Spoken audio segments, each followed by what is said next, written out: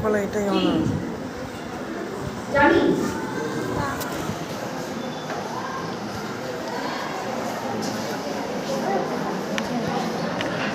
আচ্ছা আবার কেন আওয়াজ হচ্ছে বন্ধুরা কন্যা আত্মসচেতনতা একটা অনেক বড় জিনিস, ঠিক আছে?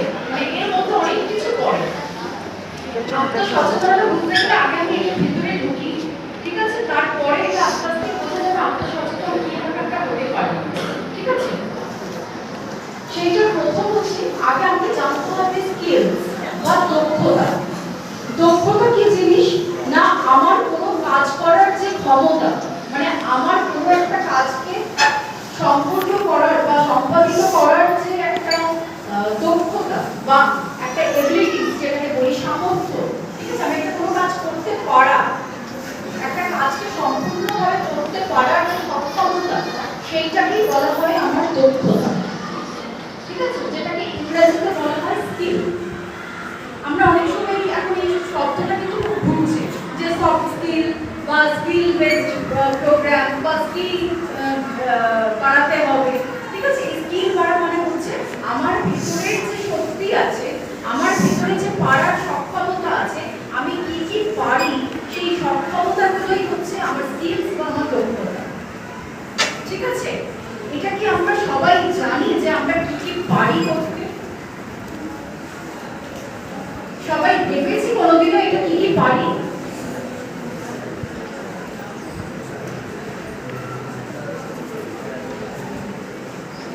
জানি?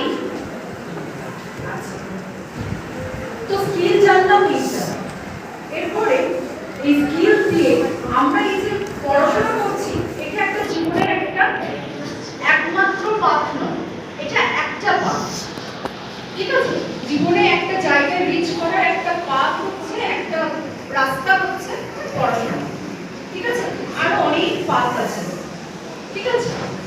তো এইটা দিয়ে আমরা কি করি? আমরা আমাদের অর্থনৈতিকভাবে যে স্বাবলম্বিতা, সেইটা একটা রাস্তা বা যে কোনো ভাবে একটা স্বাবলম্বী হওয়ার একটা রাস্তা, অন্যতম রাস্তা হচ্ছে আমাদের এই পড়াশোনা। আর কি কি হতে পারে? আর হতে পারে এইটারই হচ্ছে লাইফ স্কিলস। লাইফ স্কিলস মানে হচ্ছে যখন আমরা আমাদের জীবনের যে ধাক্কাগুলো আছে বা আমাদের জীবনের যে নকশগুলো আমাদেরকে জীবনে পরীক্ষা নেয়, জীবনের যে পরীক্ষা, শুধু এই একাডেমিক পরীক্ষা তো আমাদের দিতে হয় তা নয়, আমাদের জীবনের কিছু পাঠ এবং পরীক্ষা দিতে হয়। সেই পরীক্ষা যখন আমরা জীবনে দিই, তার জন্য কিছু আমাদের ভেতরে প্রিপারেশন লাগে। সেই যে প্রিপারেশন, সেইগুলোই হচ্ছে স্কিল ডেভেলপমেন্ট। সেইগুলো কি ভাবে করতে হয় সেগুলো আমরা শিখবো। এই যে জীবনের এক্সাম দিতে গেলে আমরা কিভাবে জীবনটাকে নিয়ে যেতে হবে, কি কি আমার মধ্যে স্কিল ঢোকাতে হবে, ঠিক আছে? এবং স্কিলগুলো কিভাবে আমরা মডিফাই করব, এইগুলো যে ভাবে আমরা শিখি, সেটাই হচ্ছে আমাদের লাইফ স্কিলস। আমাদের এরকমের 10টা লাইফ স্কিলস আছে, যেটা আমাদের ওয়ার্ল্ড হেলথ অর্গানাইজেশন নামক যে বিশ্ব স্বাস্থ্য সংস্থা আছে, সেইটা এই 10টা লাইফ স্কিলের কথা বলে, ঠিক আছে?